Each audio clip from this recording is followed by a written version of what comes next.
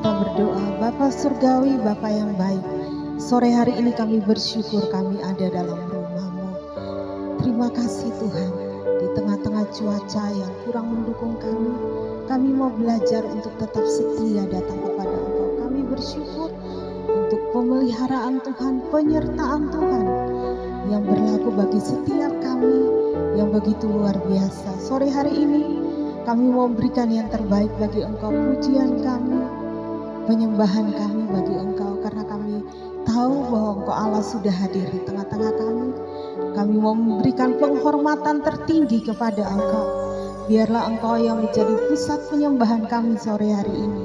Biarlah Engkau sendiri yang dielu-elukan di tengah-tengah ibadah kami sore hari ini. Ambil alih seluruh ibadah kami dari awal sampai akhirnya. Jadi oleh karena kehendak-Mu sendiri, biarlah suasana sukacita surgawi itu melimpah atas setiap kami. Kami boleh beribadah dengan penuh sukacita karena kami tahu Tuhan hadir dan siap melawat kami. Dalam nama Yesus kami berdoa dan mengucap syukur. Haleluya. Amin. Tetap dalam hadirat Tuhan. Tidak ada tempat yang paling menenangkan selain dalam hadirat Tuhan. Sebab itu biarlah siapapun kita sore hari ini yang berkesempatan untuk hadir dalam bait Tuhan, kita mau maksimalkan kesempatan ini. Kita mau menikmati hadirat Tuhan. Amin. Terima kasih Yesus. Saat indah ku berhadapan denganmu,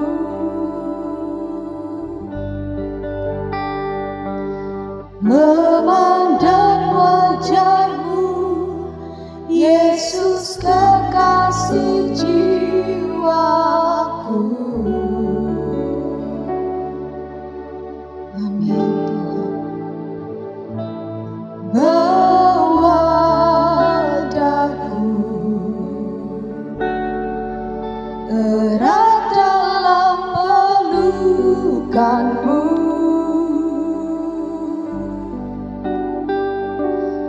menikmati kasih dan indahnya hadirat-Mu.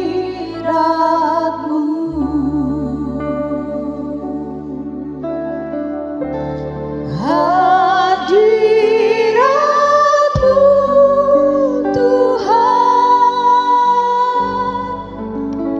ku rasakan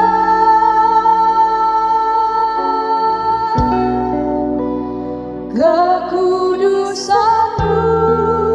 Bapa, penuhiku.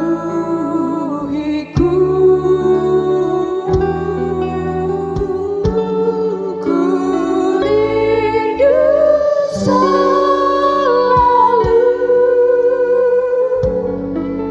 diam dalam bait-Mu,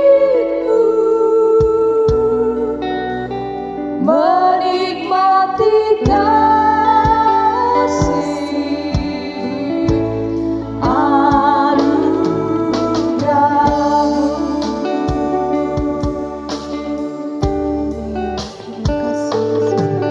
Saat indah ku berhadapan denganmu,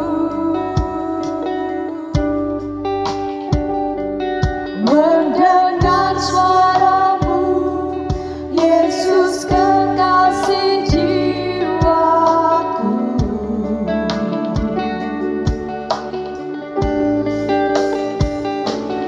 Bawa daku erat dalam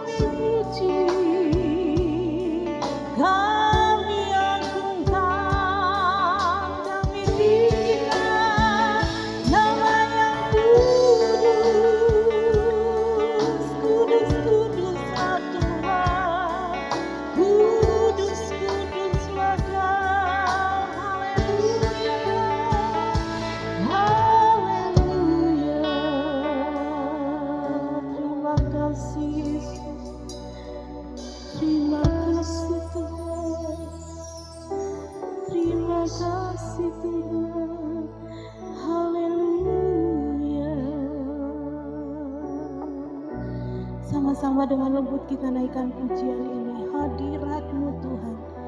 Hadirat Tuhanlah yang kita nantikan sore hari ini.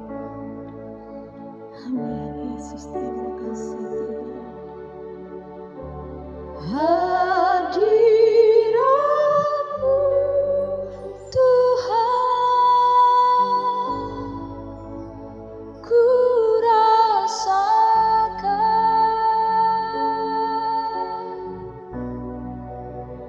kekudusan-Mu Bapa,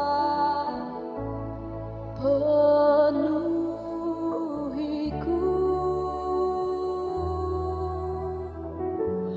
Ku rindu selalu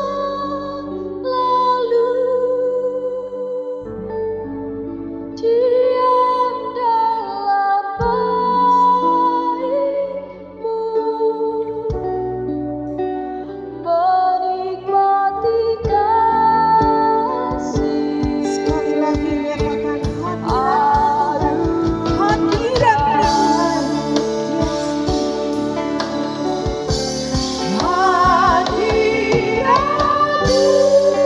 Tuhan,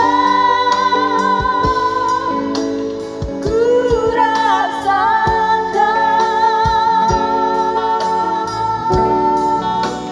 kekudusan-Mu Bapa, penuhiku.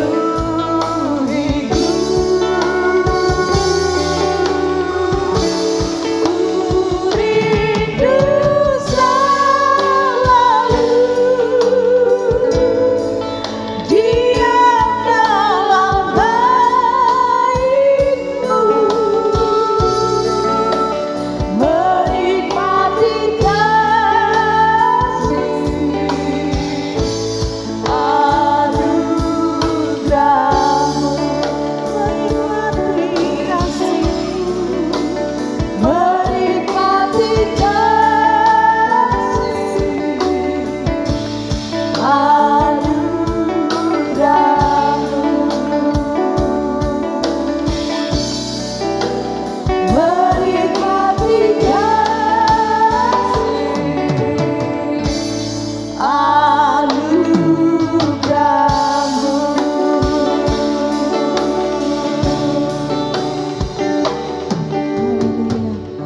haleluya. Berikan sorak-sorai yang terbaik bagi Dia Allah yang hidup. Setiap orang yang disertai oleh Tuhan pasti bukanlah orang-orang yang takut menghadapi apapun, karena Tuhanlah kekuatan kita. Amin. Haleluya. Bangkit berdiri Bapak Ibu Saudara, kita mau naikkan pujian ini. Tuhanlah kekuatan dan mazmurku, yang gunung batu dan keselamatanku. Hanya padamu hatiku percaya. Dialah menara dan kota perlindungan. Sama-sama ku mau selalu bersyukur.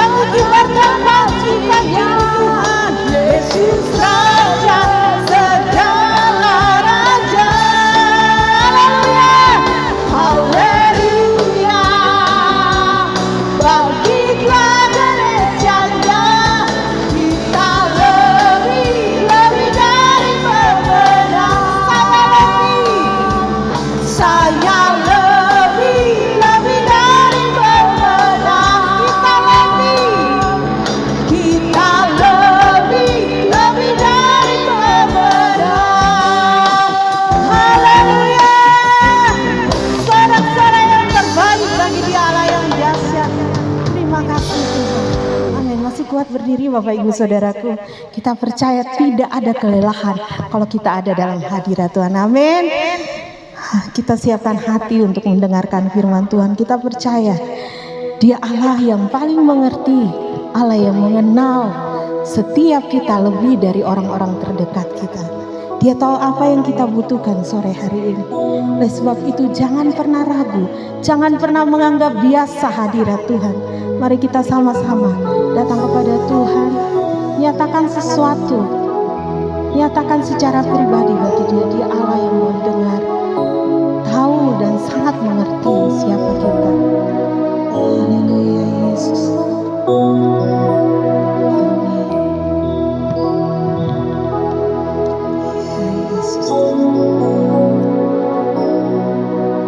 Waktu Tuhan bukan waktu kita. Jangan sesali keadaannya.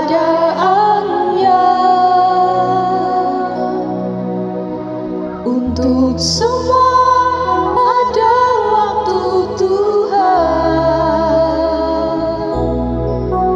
Tetap setia mengandalkannya. Segala yang terjadi di hidupku, janji Tuhan menghidupiku selalu. Ku yakin percaya ada waktunya Tuhan, semua akan indah pada waktunya.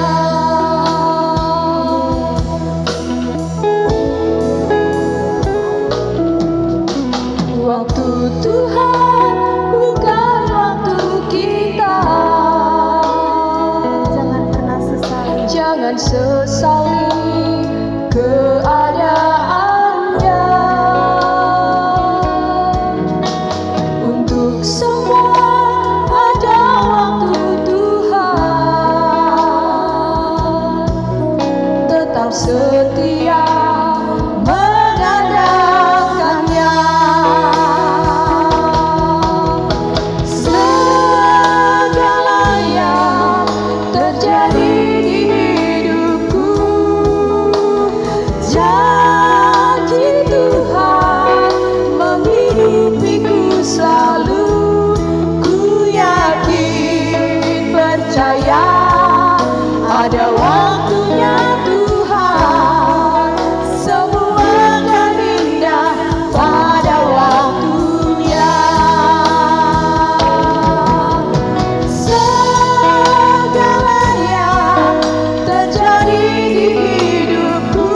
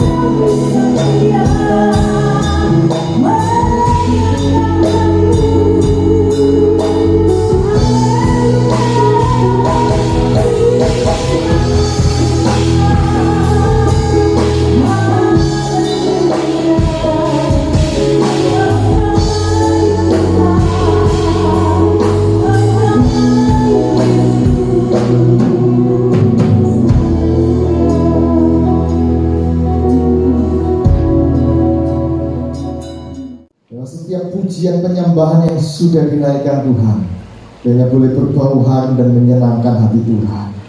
Kami akan membuka hati kami untuk kebenaran firman-Mu, dan biarlah Roh Kudus berkuasa Tuhan, bekerja di dalam setiap pribadi lepas pribadi. Engkau membentuk kami Tuhan pada sore hari ini sesuai dengan rencana dan kehendak-Mu. Di dalam nama Tuhan kami Yesus Kristus, kami sudah berdoa dan mengucap syukur. Kami terima berkat firman-Mu. Haleluya. Semua yang percaya katakan amin. Silakan duduk kembali Bapak Ibu. Shalom. Selamat sore semuanya. Puji Tuhan. Bapak Ibu sekalian, satu tema firman Tuhan pada sore hari ini, saya yakin ini adalah sesuatu kalau mendengar kata tentang berkat, siapa yang tidak senang? Semuanya senang, amin Bapak Ibu. Ya, kita mendapatkan berkat, apakah itu berupa materi maupun berupa non materi sekalipun, ada sesuatu yang menyukakan hati kita. Tetapi Bapak Ibu, kalau kita yang menerima berkat saja senang, bukan main, ya kan? Kita saja yang mendapatkan berkat itu rasanya berbunga-bunga hati kita, bersukacita. Terlebih kalau kitanya sendiri yang kemudian menjadi berkat itu. Kita, setiap kita yang kemudian membawa atau menghantarkan berkat itu. Betapa lebih bersukacitanya kita Bapak Ibu. Amin Bapak Ibu. Pada sore hari ini saya terpanggil untuk membicarakan satu tema, adalah bagaimana setiap kita boleh menjadi berkat buat sesama kita, buat keluarga kita, buat orang-orang di sekitar kita. Ya, betapa indahnya, betapa sukacitanya orang-orang di sekeliling kita, lingkungan kita, maupun saya percaya kitanya sendiri yang kemudian belajar dan berjuang tentu untuk kita boleh menjadi berkat buat orang lain. Bapak Ibu sekalian, langsung saja kita akan membuka ayat firman Tuhan kita di Kejadian pasal yang ke-41. Kejadian pasal yang ke-41, kita akan membaca ayat yang ke-55 sampai ayat yang ke-57. Kita sama-sama akan belajar dari kisah kehidupan Yusuf, bagaimana dia boleh menjadi berkat di dalam hidupnya. Baik, kita akan membacanya bersama-sama. Kejadian 41 pas ayat yang ke-55 sampai ayat yang ke-57. 2, 3. Ketika seluruh negeri Mesir menderita kelaparan dan rakyat berteriak minta roti kepada Firaun, berkatalah Firaun kepada semua orang Mesir, bilang kepada Yusuf, perbuatlah apa yang akan dikatakan kepadamu. Merajalela di seluruh bumi. Maka Yusuf membuka segala lumbung dan menjual gandum kepada orang Mesir, sebab makin hebat kelaparan itu di tanah Mesir. Juga di seluruh bumi datanglah orang ke Mesir untuk membeli gandum dari Yusuf, sebab hebat kelaparan itu di seluruh bumi. Bapak Ibu, ini adalah satu kisah yang tidak asing buat kita semua, bukan? Satu kisah kepahlawanan, kalau saya boleh katakan, dari seorang Yusuf, di mana dia satu sosok pribadi yang sama-sama kita baca boleh menyelamatkan begitu banyak orang ketika terjadi kelaparan, bukan hanya di Mesir, tetapi dikatakan di sini di seluruh bumi, artinya di sekitar Mesir dan kerajaan-kerajaan yang luas di daerah tersebut mengalami kelaparan. Bapak Ibu membayangkan apa yang terjadi ketika orang kelaparan?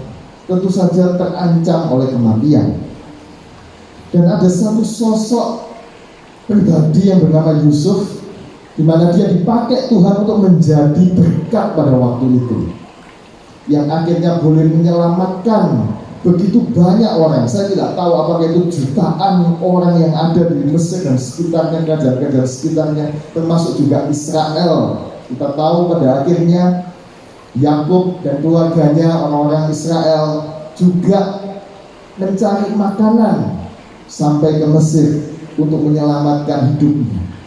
Tidak tertutup kemungkinan juga, meskipun mungkin tidak ditulis di dalam Alkitab, ada juga orang-orang dari bangsa-bangsa lain ya di sekitar Mesir, di sekitar Israel, di sekitar Timur Tengah pada waktu itu yang juga sama. Mereka juga berusaha untuk membeli atau mendapatkan bahan makanan itu ke Mesir.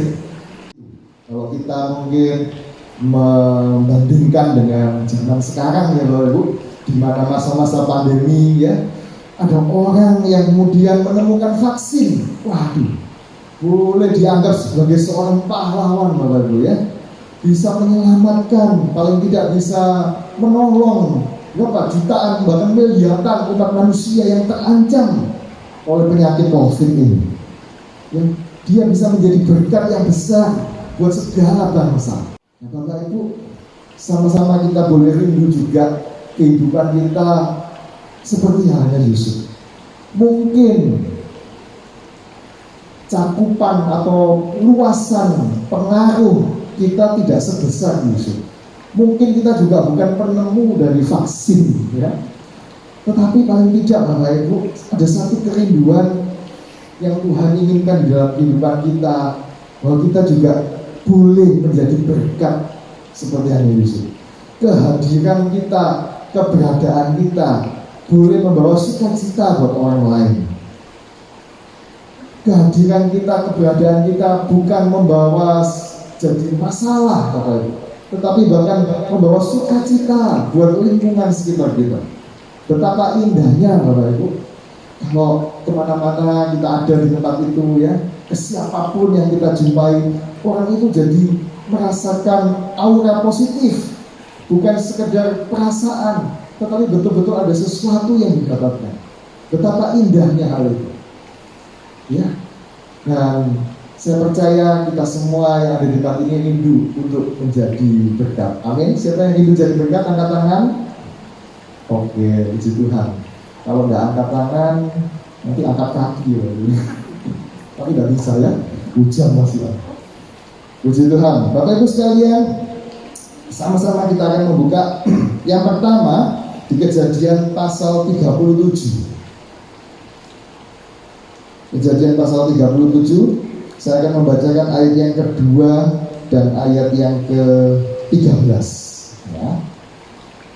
Yang pertama adalah menjadi berkat itu tidak tergantung pada situasi atau kondisi. Di Kejadian 37 ayat yang kedua, ini adalah kisah Yusuf ketika dia masih ada di rumah bapaknya. Inilah riwayat keturunan Yakub.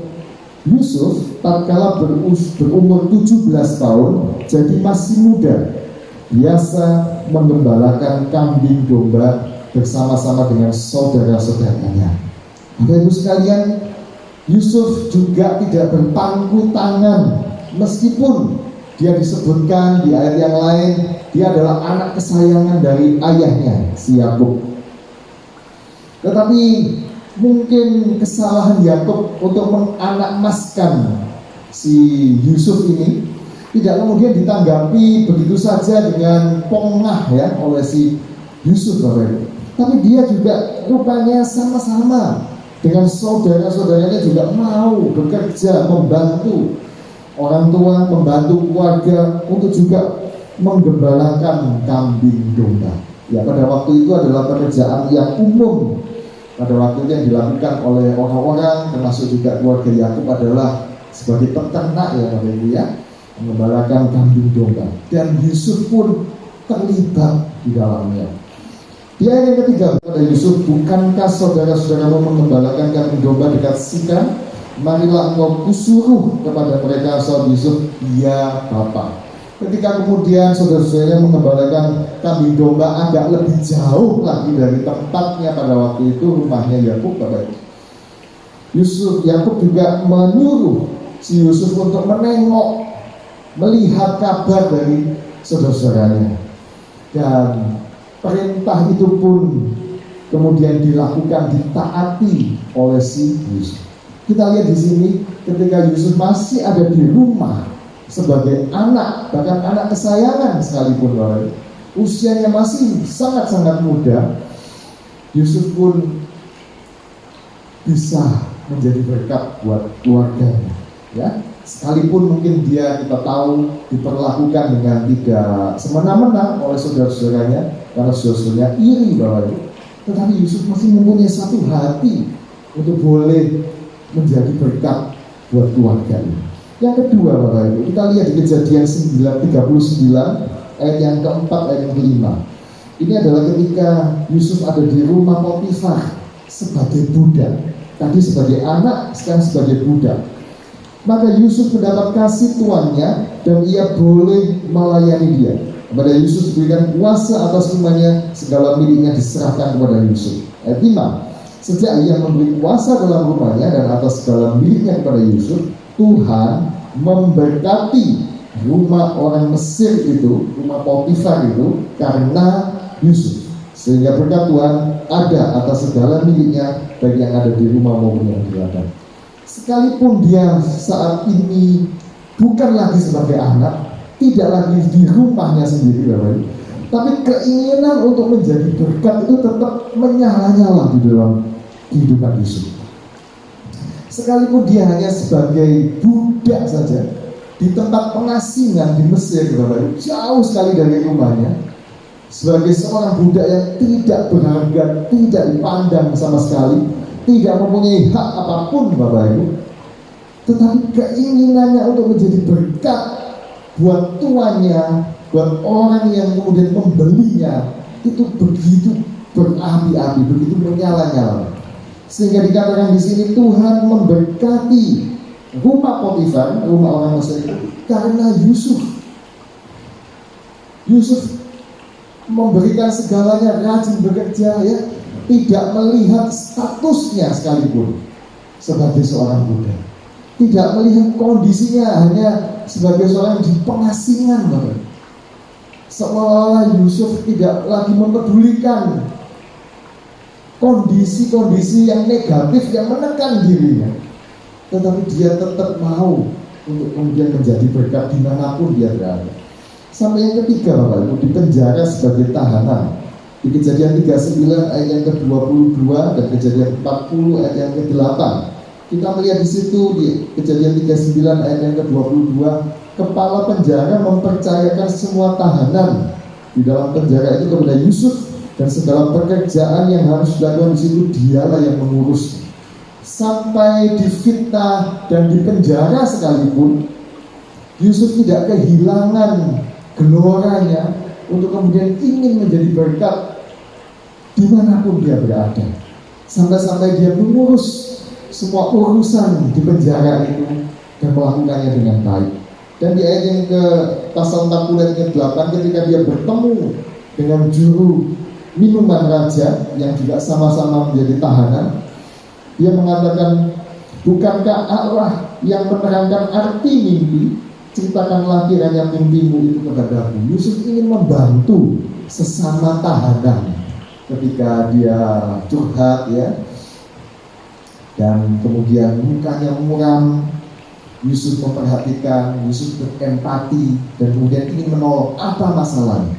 Bapak Ibu sekalian, kita lihat di sini, dimanapun dia berada, apapun yang menjadi status atau situasi kondisi dia, tidak menghalangi semangat Yusuf untuk mempedulikan orang, untuk membawa dampak positif buat orang lain. Bapak Ibu, saya ketika melihat hal ini, oh iya ya, ternyata Yusuf bukan hanya membawa dampak positif ketika dia ada di puncak jabatan, ketika dia menjadi wakil raja Mesir, wakil raja Fir'aun, dan kemudian dia bisa mengatur logistik persediaan makanan bahkan untuk seluruh rakyat pada waktu itu, menjadi berkat yang besar buat Israel juga, buat saudara-saudaranya juga. Tidak, Bapak Ibu.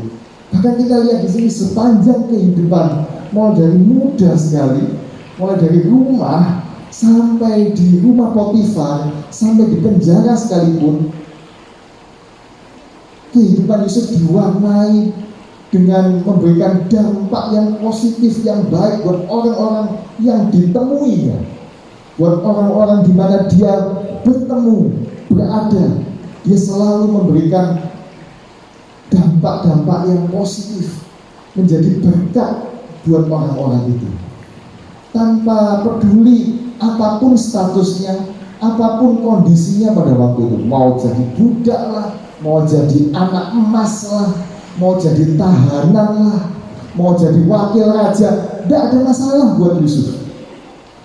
Yusuf begitu bersemangat di dalam hatinya untuk kemudian ingin apapun kondisinya, apapun situasinya, dia tetap mau jadi berkat. Dia tetap mau berdampak positif buat orang-orang di sekitar. Bapak Ibu, bagaimana dengan kehidupan kita? Kita seringkali melihat situasi dan kondisi kita. Kalau pas ya gajian, kalau pas uang kita mungkin banyak, dompet kita tebal, ada bonus dan lain sebagainya, ya mungkin ada ya semangat kita untuk berbagi, menjadi berkat secara materi.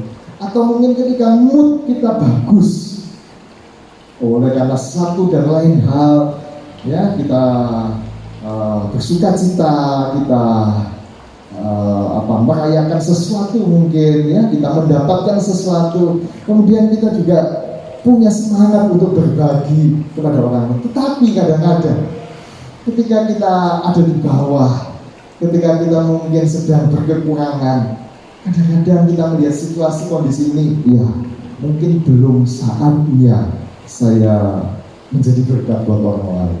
Mungkin nanti lah, mungkin ya ini kan waktunya waktu Tuhan mungkin ya. Kita sering berdalih seperti itu. Sekarang bukan waktunya. Bapak Ibu sekalian, ternyata tidak. Ketika kita rindu kemudian menjadi berkat seperti halnya Yusuf, tidak ada masalah apapun situasi dan kondisi yang ada di dalam kehidupan kita. Bapak Ibu sekalian, kadang-kadang yang muda berkata di dalam hatinya, mungkin nanti aja kalau saya sudah dewasa, kalau saya sudah bekerja, saya lebih bisa untuk menjadi berkat buat orang lain. Kadang-kadang yang tua juga gitu ya. Waduh, saya sudah tua ya. Biar yang muda-muda saja yang kemudian aktif. Bapak Ibu, kadang-kadang kita melihat situasi dari umur kita atau usia kita. Kadang-kadang kita melihat juga situasi dari berbagai macam hal. Bapak Ibu sekalian,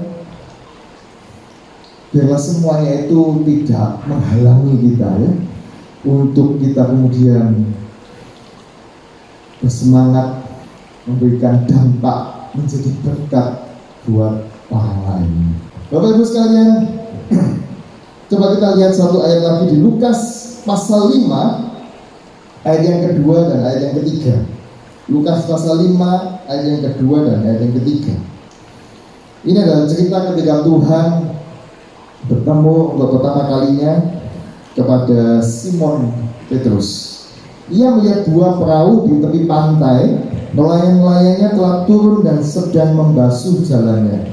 Ia naik ke dalam salah satu perahu itu, yaitu perahu Simon, dan menyuruh dia supaya menolakkan perahunya sedikit jauh dari pantai. Lalu ia duduk dan mengajar orang banyak dari atas perahu. Bapak Ibu, ketika itu adalah situasi kondisinya adalah Simon dan teman-temannya sudah semalaman mencari ikan dan tidak mendapatkan apa-apa. Ya, cuma dapat keselnya saja, cuma dapat capeknya saja, tidak ada ikan, tidak ada apa. Dan ketika dia kemudian menepi, ya, Tuhan Yesus pas datang, ya, di pagi hari gitu ya, dan kemudian Tuhan Yesus sedang ada kegiatan untuk mengajar, untuk menginjil kepada orang banyak pada waktu itu.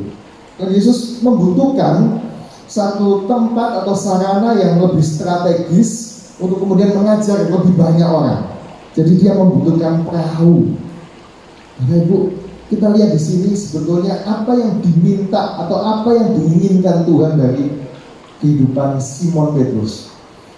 Tuhan tidak minta uangnya Simon Petrus, karena tahu bahwa Simon Petrus belum mendapatkan ikan dan belum bisa dijual. Tuhan tidak inginkan juga tenaganya Simon, karena Tuhan tahu mungkin pada waktu itu dia sudah semalaman bekerja keras, ya, dan mungkin dia sudah loyo, ya, sudah capek banget. Tuhan ingin sesuatu yang dimiliki Simon, bukan sesuatu yang tidak dimiliki oleh Simon, yaitu perahunya yang sedang tidak terpakai, yang sedang menepi malah. Dan Tuhan menggunakan itu dengan efektif sekali untuk kemudian mengajar banyak orang pada waktu itu. Bapak Ibu sekalian, demikian juga dengan kehidupan kita. Apa yang tidak kita miliki tidak mungkin kemudian diminta Tuhan untuk kemudian kita menjadi berkat buat orang lain. Tuhan pasti menginginkan atau ingin memanfaatkan, ya, sesuatu yang memang kita miliki. Dan kemudian kalau kita bicara, Tuhan kau tahu saya tidak punya apa-apa, ya tidak mungkin. Setiap kita mempunyai sesuatu yang memang dikaruniakan Tuhan kepada kita. Amin, Bapak Ibu. Mungkin kita tidak memiliki banyak harta atau materi, tapi mungkin kita memiliki sesuatu hal yang lain. Waktu mungkin, tenaga mungkin, pemikiran mungkin, dan lain sebagainya. Sesuatu yang mungkin kelihatannya remeh, tidak terpakai selama ini, seperti hanya perahu Simon pada waktu itu nganggur, ya, menepi di pinggir danau. Tapi itu yang mau dipakai Tuhan. Itu yang kemudian mau menjadi berkat buat orang banyak, digunakan Tuhan sebagai sarana mengajar. Bapak Ibu sekalian, dimanapun, kapanpun, di dalam kondisi apapun, dengan apa yang ada pada hidup kita, bukan dengan apa yang tidak ada. Tuhan tidak cari kok sesuatu yang tidak kita punyai, sesuatu yang tidak kita miliki. Tidak. Tapi Tuhan mau cari sesuatu yang kita miliki, mungkin tidak kita sadar, tapi sebetulnya ada di dalam kehidupan kita, dan kita mau pakai itu untuk menjadi berkat. Amin, Bapak Ibu. Puji Tuhan. Yang kedua, Bapak Ibu, yang kita bisa lihat di dalam kehidupan Yusuf adalah totalitasnya. Di Kejadian 39 ayat yang ke-6 dan ayat yang ke-23. Saya bacakan ayat ke-6 dulu. Ini adalah ketika Yusuf ada di Potifar. Segala miliknya diserahkan pada kekuasaan Yusuf, dan dengan bantuan Yusuf, perhatikan, ia tidak usah lagi mengatur apa-apapun selain dari makanannya sendiri. Adapun Yusuf itu, ya, manis sikapnya dan elok parasnya. Di ayat yang ke-23, Bapak Ibu, saya menemukan satu maksud yang hampir sama di sini. Pada saat itu adalah situasinya ada di penjara, dan kepala penjara tidak mencampuri segala yang dipercayakannya kepada Yusuf, karena Tuhan menyertai dia dan apa yang dikerjakannya dibuat Tuhan berhasil. Bapak Ibu, ini Potifar sama kepala penjara tidak janjian, kan? Tetapi mereka punya sikap yang sama. Potifar disebutkan di sini dia tidak usah lagi mengatur apapun, dan kepala penjara juga tidak mencampuri segala yang dipercayakan. Artinya apa, Bapak Ibu? Artinya Yusuf ternyata bisa menangani semuanya dengan baik, sampai-sampai Potifar tidak perlu lagi untuk mencampuri, tidak perlu lagi untuk mengatur apalagi. Demikian juga kepala penjara tidak perlu lagi mencampuri atau mengatur apa yang sudah diserahkan pekerjaan yang dikerjakan oleh Yusuf. Bapak Ibu, artinya apa? Artinya Yusuf mengerjakan semuanya. Kalau pekerjaan itu dari A sampai Z, iya, Yusuf mengerjakan A sampai Z. sehingga Potifar tidak usah mengerjakan yang tidak dikerjakan oleh Yusuf, sehingga kepala penjara tidak mencampuri apa yang belum dikerjakan oleh Yusuf. Tidak ada, dia mengerjakan semuanya dan mengerjakannya dengan baik, ya, mengerjakannya dengan tuntas. Kalau orang zaman sekarang mungkin mengerjakannya dengan profesional, dengan kualitas yang baik dikerjakannya.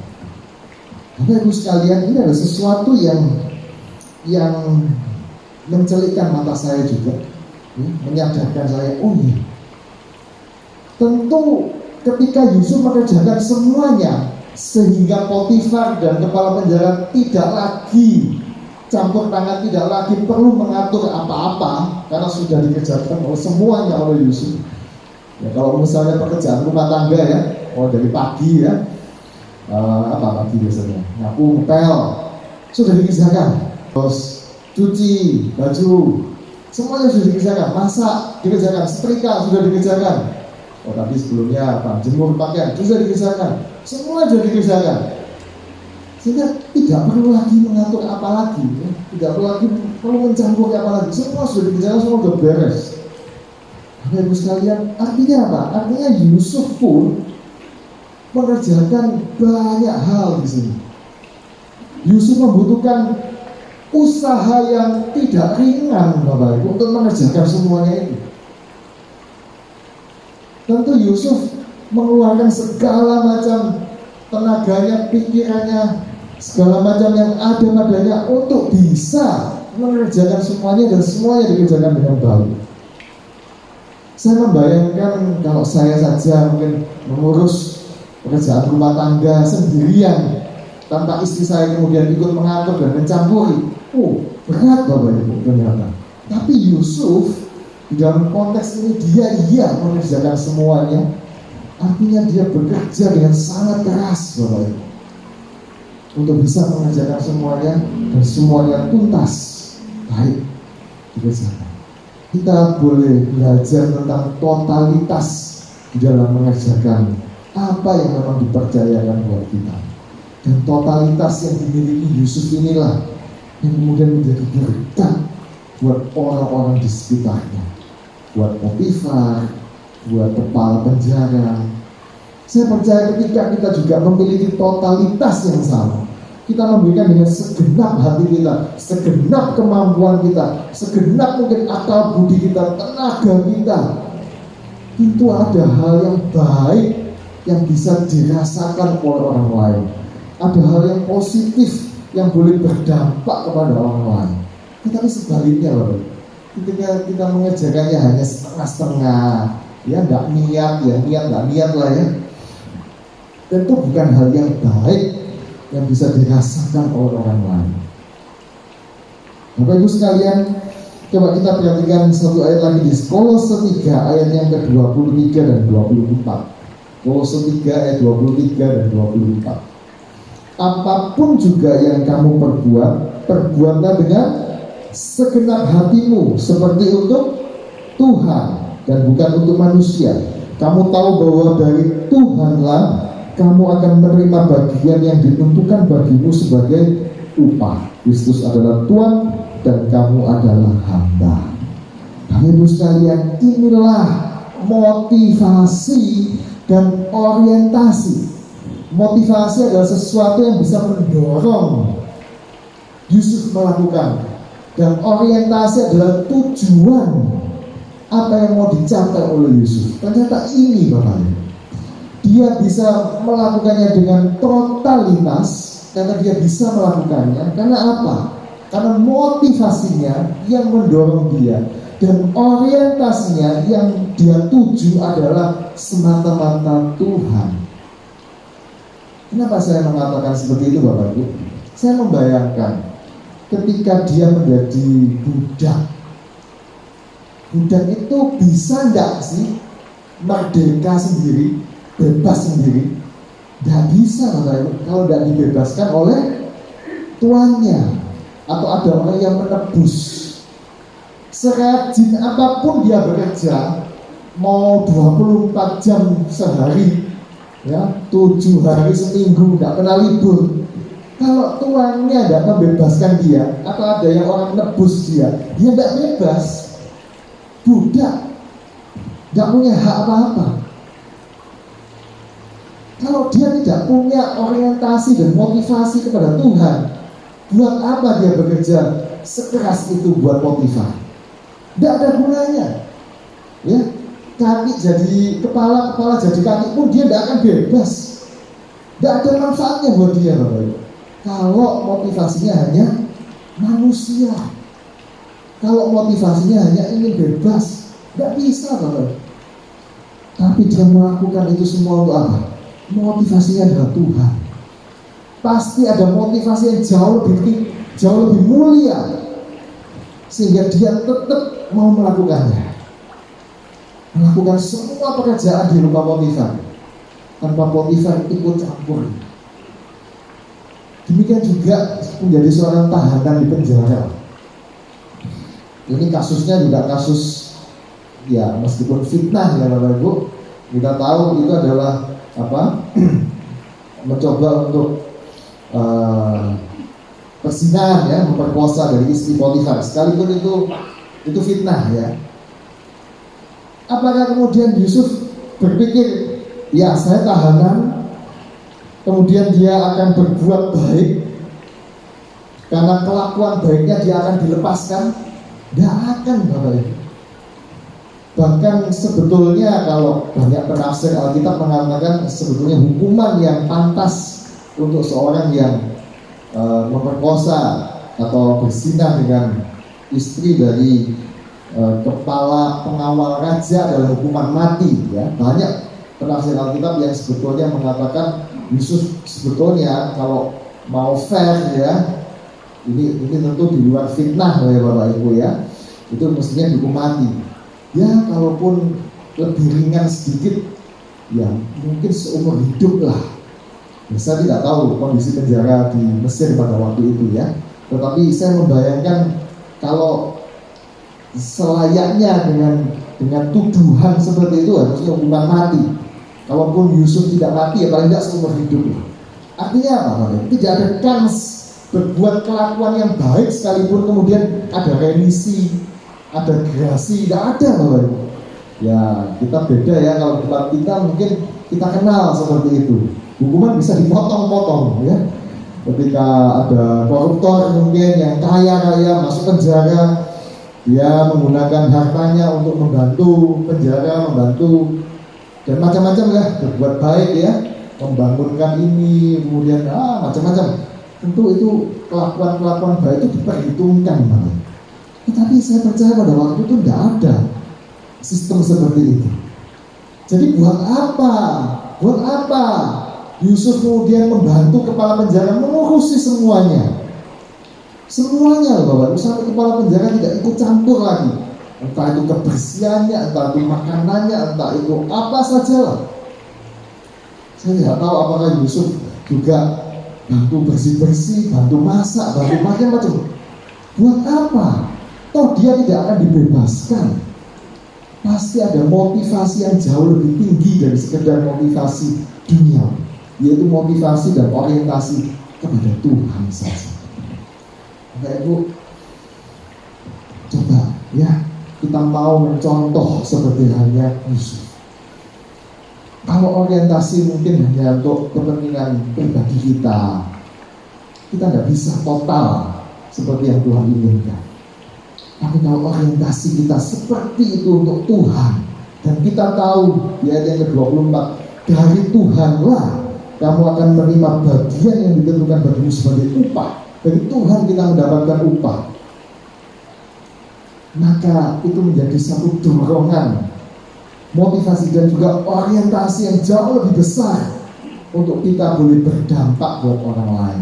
Kita memberikan yang terbaik, pengabdian kita yang terbaik, ya bantuan kita yang terbaik,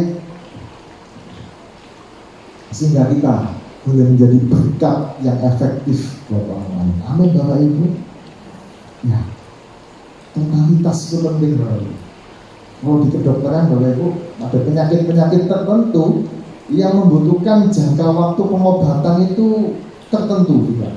ya, sakit paru-paru, TBC, itu pengobatannya 6 bulan.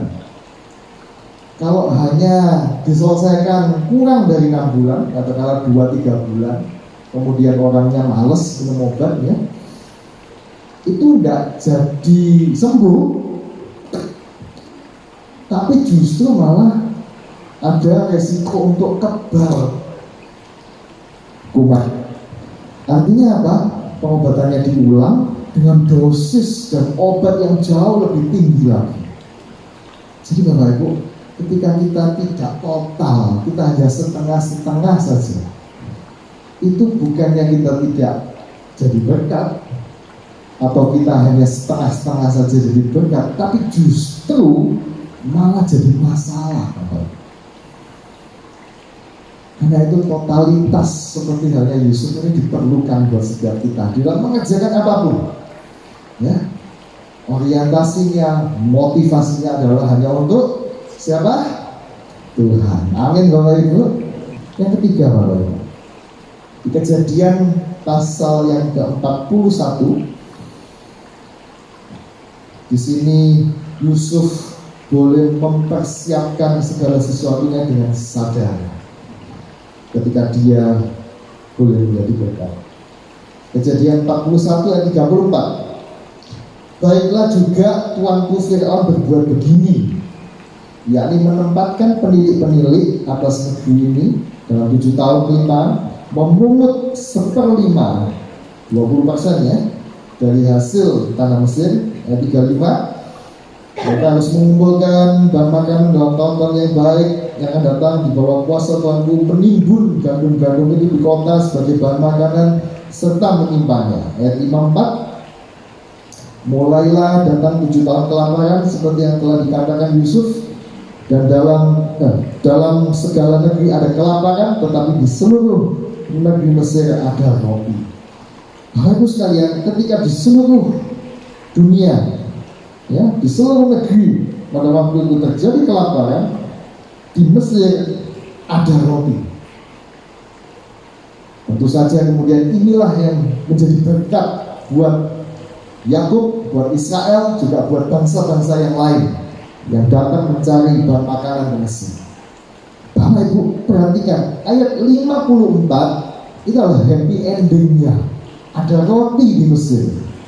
Tapi coba Bapak Ibu perhatikan ayat 54 ini tidak ujuk-ujuk Bapak Ibu, tidak simsalabim ayat 54 ini.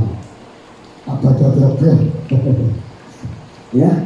Tetapi dimulai dari satu rencana, satu tindakan-tindakan yang sadar, yang sengaja, yang memang dipersiapkan Bapak Ibu. Ada penilik-penilik yang dipilih, ditugaskan, ya, dengan detail juga disebutkan ada pungutan atau disimpan sebanyak 1/5, 20% saving, disimpan, ya, ditabung, ditimbun di kota-kota sebagai bahan makanan, disimpan. Nah, saya percaya kalau mau lebih detail lagi, gimana cara nyimpannya? Gandum 7 tahun apa tidak busuk? Ya pasti ada teknik-teknik tertentu mungkin yang dikembangkan oleh Yusuf. Ya, caranya bagaimana? Membangun mungkin gudang-gudang dan lain sebagainya. Bapak Ibu, artinya apa Bapak Ibu? Ada roti di Mesir, jadi berkat itu tidak ujuk-ujuk, tidak simsalabim Bapak Ibu. Kalau memang kita niati, ya, kita rindu Bapak Ibu, harus ada persiapan yang sadar, harus ada langkah-langkah yang dari awal sudah dipersiapkan. Nah, ini masalahnya ini. Kadang-kadang untuk mempersiapkan diri, untuk mengambil langkah-langkah ini yang berat Bapak Ibu. Kenapa Bapak Ibu? Karena pada waktu itu Mesir sedang mengalami kemakmuran. Ya, kalau tidak ada hikmat dari Tuhan, buat apa nyimpen? Buat apa hemat-hemat? Kita ini loh panen besar. Buat apa disimpan 20%, 1/5? Buat apa bangun gudang-gudang yang banyak kemudian disimpan? Kita ini memasuki tahun-tahun yang berkelimpahan. Tahun berikutnya juga gitu, limpah lagi. Tahun berikutnya juga limpah lagi. tapi mereka dengan sadar tetap saving 20%. Bapak Ibu, saya membayangkan kalau itu terjadi pada diri saya mungkin ya, rasanya kok tanpa kita tahu ada hikmat Tuhan bahwa nanti ada kelaparan di kelak kemudian hari, rasanya berat Bapak Ibu. Bukankah mungkin orang Mesir bisa berkata, saya berhak menikmati kerja keras saya, keberhasilan saya, panen raya saya, tidak usah lagi menyimpan. Ya senang dikit kenapa sih tidak boleh? Tapi yang terjadi tidak Bapak Ibu. Yusuf tetap dengan ketat melakukannya demi untuk kemudian dia tahu dia akan jadi berkat. Jadi ini nggak ujuk-ujuk, ini nggak simsalabim ala gadabra. Jadi ada langkah-langkah, tahapan-tahapan yang itu tidak mudah, yang itu kemudian proses menyangkal diri buat Yusuf juga, buat orang Mesir, ya, melihat situasi kondisinya makmur, panen raya gede, ayo nikmati, nah tetap tabung, tetap simpan. Bapak Ibu, di dalam hal materi mungkin itu yang terjadi, tetapi ketika kita melihat bentuk-bentuk berkat yang lain, kita juga bisa menarik pelajaran dari kisah ini Bapak Ibu. Kita bisa menghemat bukan hanya materi, tapi menghemat waktu kita mungkin ya. Tidak kita habiskan untuk hal-hal kesenangan kita sendiri. Kita bisa kemudian membaginya dengan orang lain. Kita bisa juga menghemat tenaga kita mungkin. Kita tidak sampai tidur larut malam sekali. Kenapa? Karena kita ingat besok ada sesuatu yang bisa kita kerjakan untuk orang lain yang membutuhkan tenaga dan konsentrasi. Ada begitu banyak hal Bapak Ibu. Artinya apa Bapak Ibu? Kita mesti gunakan semua apa yang kita miliki dengan betul-betul bijaksana. Tidak kemudian kita habiskan ya untuk memenuhi keinginan atau kepentingan kita. Karena kita sadar kita mesti jadi berkat buat orang lain. Ada satu foto yang sedang viral Bapak Ibu, mungkin tahu ini foto kemarin kalau tidak salah ya, di detik.com. Ada seorang satpam di Malaysia yang kemudian difoto sama orang lain gitu ya. Dia sedang makan siang dengan nasi dan hanya apa itu? Bawang merah dan bawang putih. Ya. Karena apa Bapak Ibu? Karena dia bukan orang Malaysia, dia orang pekerja imigran, kalau nggak salah dari mana? Myanmar atau dari mana? Saya lupa. Dan dia harus menghemat gajinya untuk kemudian dikirimkan ke keluarganya, ya, ke anak istrinya. Jadi dia bekerja di Malaysia, makan ya sehemat mungkin. Nah, Bapak Ibu, ini perjuangan seorang ayah ya, seorang bapak demi mencari uang di negara lain, dan kemudian dia bisa berharap bahwa ada banyak berkat yang dia bisa bagikan untuk keluarganya. Bapak Ibu sekalian, mungkin kita tidak se-ekstrim itu contohnya ya Bapak Ibu, tetapi ada satu prinsip yang kita pegang, bahwasanya kalau kita memang sadar Tuhan inginkan kita jadi berkat buat orang lain, kita mesti juga bijaksana di dalam mengelola dan mengatur dan menggunakan daya yang Tuhan berikan buat setiap kita. Kalau kita mau rindu untuk berbagi apapun, baik materi non materi, tentu kita juga harus bisa menggunakan apa yang kita miliki dengan sebaik-baiknya, dengan sebijaksanaannya. Ayat yang terakhir Bapak, di Lukas 12 ayat yang ke-42 sampai 47. Lukas 12 ayat 42 sampai 47. Jawab Tuhan, jadi siapakah pengurus rumah yang setia dan bijaksana, yang akan diangkat oleh tuannya menjadi kepala atas semua hambanya untuk memberikan makanan kepada mereka pada waktunya. Ini Tuhan bertanya, siapa pengurus rumah yang setia bijaksana yang akan diangkat Tuhan? Ayat 43, berbahagialah hamba yang didapati tuannya melakukan tugasnya itu ketika tuannya itu datang. Ini yang berbahagia. Ayat 47, adapun hamba yang tahu akan kehendak tuannya, tetapi perhatikan, yang tidak mengadakan persiapan atau tidak melakukan apa yang dikehendaki tuannya, dia akan menerima banyak. Bapak Ibu, kalau pertanyaan ini datang buat setiap kita pada malam hari ini, siapa pengurus rumah yang setia dan bijaksana yang akan diangkat oleh tuannya menjadi kepala atas semuanya? Siapa dari setiap umat Tuhan, anak-anak Tuhan yang mau menjadi berkat buat orang lain, buat banyak orang? Jangan sampai kita menjadi ayat yang ke-47. Tetapi yang tidak mengadakan persiapan, tidak melakukan apa yang dikehendaki tuannya, kita tidak bisa jadi berkat. Mari kita boleh mempersiapkan diri kita, menggunakan, mengatur semuanya. Mungkin itu berarti menyangkal diri, mungkin itu berarti memikul salib, mungkin itu berarti kita berhemat untuk jadi berkat, mungkin itu berarti kita harus mengatur sedemikian rupa, ya. Tidak bisa lagi menggunakan sebebas-bebasnya semau kita. Sekalipun mungkin di saat-saat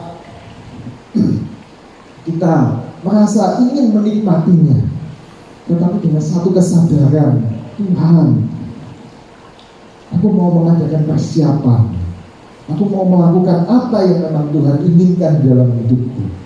Jadi kita boleh menjadi berkat buat banyak orang. Amin Bapak Ibu. Ya, sampai kita udah kesimpulan. Kita belajar dari kisah seorang Yusuf, di mana dia boleh menjadi berkat yang luar biasa, ya, sangat fenomenal, sangat melegenda Bapak Ibu. Menjadi menyediakan bahan makanan ketika bumi kelaparan 7 tahun. Dia bisa menyelamatkan jutaan orang, termasuk juga Israel, sehingga terus melanjutkan keturunannya dari Abraham, Ishak, Yakub, Yusuf, ya, sampai raja-raja, sampai kepada Mesias. Kalau kita boleh menerima kado, senang ya Bapak Ibu. Lebih senang lagi, lebih sukacita lagi kalau kitanya sendiri yang jadi kado itu, ya. Yang pertama, tidak tergantung pada situasi dan kondisi. Apapun status kita, apapun kondisi kita, apapun masalah, pergumulan kita, kita tetap bisa jadi berkat. Mau di penjara, mau di perbudakan, mau di rumah, tetap bisa jadi berkat. Karena apa? Karena Tuhan tidak cari yang kita tidak punya. Karena Tuhan mau pakai dari apa yang kita punya, yang Tuhan sudah kasih. Amin Bapak Ibu. Yang kedua, kita butuh totalitas. Orientasi kita, motivasi kita bukan hanya untuk diri sendiri, tapi untuk siapa Bapak Ibu? Untuk Tuhan. Dan ketika kita mengerjakannya dengan totalitas, dampaknya luar biasa, boleh menjadi berkat yang indah. Sebaliknya, ketika kita mengerjakan yang tidak total, setengah-setengah, tidak niat Bapak Ibu, bukannya jadi berkat, malah jadi masalah. Yang ketiga, jadi berkat bukan urusan simsalabim, instan gak bisa. Harus dipersiapkan, harus ada langkah-langkah, harus ada pengaturan, harus ada kebijaksanaan di dalam menggunakan semua resources dengan semua apa yang ada pada kita. Kalau memang kita mau rindu jadi berkat yang besar, yang indah buat orang lain, dipakai Tuhan, maka kita pun juga harus mempersiapkan diri kita dengan sadar, dengan sengaja, dengan kasih kita kepada Tuhan. Amin. Siapa di antara kita boleh berkata kepada Tuhan pada sore hari ini, Tuhan, jadikanku indah dan semakin indah lagi. ketika Tuhan bertanya, siapakah yang akan kuangkat menjadi kepala atas semua orang? Siapakah yang mau menjadi berkat, boleh mempermuliakan Tuhan di dalam seluruh hidup kita? Siapakah di antara kita yang mau indah dan semakin indah dan semakin indah bagi Tuhan? Saya undang Bapak Ibu yang boleh meresponi panggilan ini, boleh kita sama-sama bangkit berdiri dengan segenap hati kami Tuhan.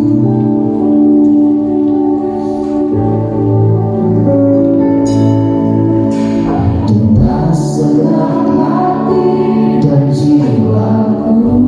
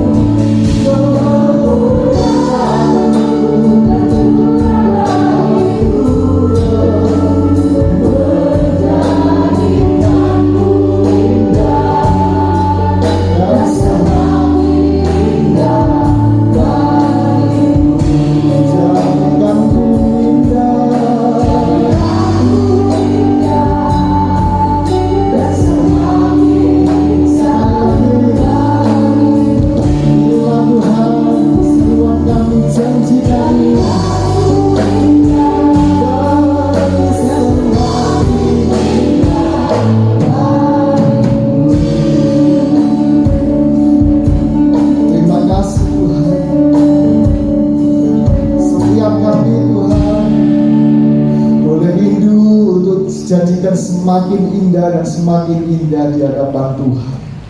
Kehidupan kami boleh semakin menjadi berkat untuk boleh hormat dan kemuliaan nama-Mu. Kehidupan kami boleh semakin boleh berdampak Tuhan, menjadi berkat buat orang lain. Dalam setiap kami Tuhan, boleh dimampukan mulai dari sore hari ini Tuhan, sekalipun mungkin kemampuan kami tidak seberapa, bahkan mungkin kami berada dalam titik minus sekalipun Tuhan masih bisa pakai kami untuk menjadi berkat. Kami tidak terpengaruh dengan situasi dan kondisi yang ada. Kami hanya berorientasi, hanya Tuhan yang menjadi motivasi kami Tuhan, sehingga kami mau memberikan yang terbaik dari hidup kami. Dan biarlah mulai dari hari ini Tuhan, mempersiapkan diri kami Tuhan, menggunakan dengan bijaksana segala macam hal yang Tuhan percayakan buat kami. Karena satu motivasi kami, satu kerinduan kami, itu kami boleh berdampak, memberi berkat buat orang lain. Terima kasih Tuhan, terima kasih. Kami mengucap syukur setiap benih firman-Mu Tuhan boleh bertumbuh, bahkan berbuah di dalam hidup kami, dan boleh menikmatinya Tuhan. Ketika kami boleh menjadi berkat, bukankah kami sendiri yang menjadi berkat itu? Dan kami memiliki kehidupan yang luar biasa di hadapan Tuhan. Sebentar kami juga rindu memberikan persembahan. Tuhan memberkati setiap tangan-tangan yang boleh mempersembahkan di hadapan Tuhan dengan kasih dan sukacita. boleh menjadi hormat dan kemuliaan ketika mati. Dalam nama Tuhan kami Yesus kami ucap syukur. Haleluya. Amin. Silakan duduk kembali dan Yesus memberkati. Baik, next Tuhan, biarlah kita semua terus menjadi berkat di tengah-tengah dunia yang semakin bengkok ini ya. Kita menjadi teladan, kita menjadi terang, dan tentunya kita menjadi berkati oleh Tuhan ya. Puji Tuhan, semua persembahan akan dipakai untuk pekerjaan Tuhan. Terima kasih semuanya yang di rumah yang akan memberikan persembahan di rekening BCA 0331943.001 atau rekening persepuluhan di 03388888191. Semuanya atas nama GBT Kristus Pengasih.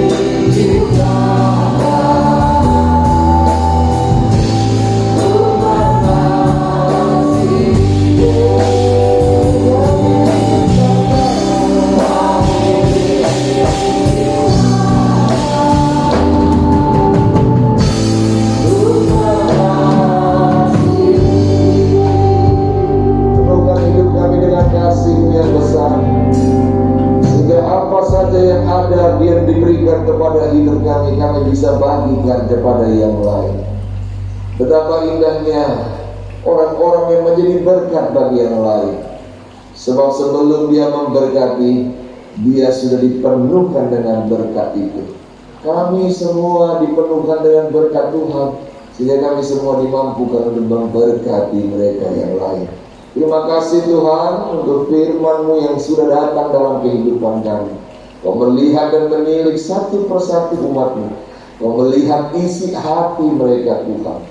Kau melihat kerinduan mereka Tuhan. Kau melihat kesusahan dan kesedihan mereka Tuhan.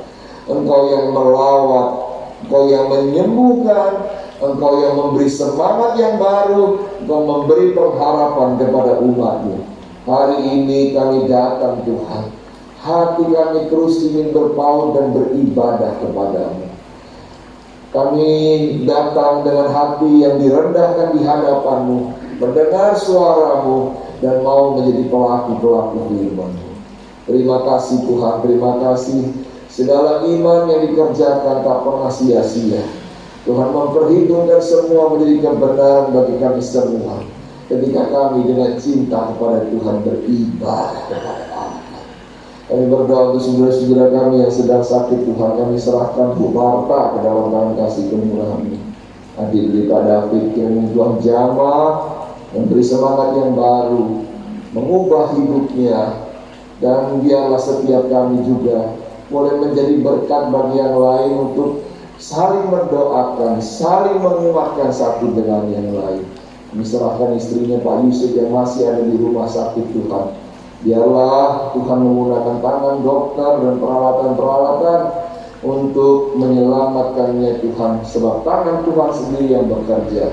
Kami berdoa juga bagi yang lain yang hamba tak sebut, tapi Tuhan mengenal mereka satu persatu. Jamah sembuhkan. Terima kasih Tuhan, terima kasih. Kami terus serahkan Dr. Yolan ke dalam tangan kasih kumpulan Pak Aris, mereka yang bekerja di rumah sakit. Kiranya Tuhan terus melindungi mereka dan kami yang bekerja di tengah-tengah masyarakat pun Tuhan lindungi. Terima kasih Tuhan, semua pelayan Tuhan yang sudah melayani Tuhan sepanjang ibadah ini Tuhan berkati, dan setiap umat yang datang pada sore hari ini Tuhan berkati. Pakai juga pos-pos yang ada baik di Ebenezer maupun di Ringin Anom Tuhan. Kiranya Tuhan memberkati Pak Endras dan Bu Yanti, Berkati juga Pak David dan Bu Sari Tuhan, supaya mereka menjadi gembala yang baik di tengah-tengah masyarakat di sana Tuhan. Kami percaya, kami yakin, kami terus bekerja bersatu padu bergandeng tangan. Selama hari masih siang Tuhan, kami mau jadi berkat bagi banyak orang yang membawa jiwa-jiwa. Oleh karena itu izinkan hamba mengurapi dan mengutus umat-Mu, supaya mereka pergi di tengah-tengah masyarakat menjadi terang, menjadi garam di tengah-tengah dunia yang semakin gelap. Terima kasih Tuhan, terima kasih. Kami siap untuk pergi, kami siap untuk melayani Tuhan, kami siap untuk berbagi berkat. Mari kita angkat tangan kita sama-sama, buka hati kita. Ini aku, utuslah aku Tuhan.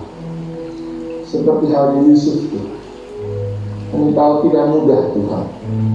Semuanya harus dipersiapkan Tuhan. Tapi kami mau Tuhan.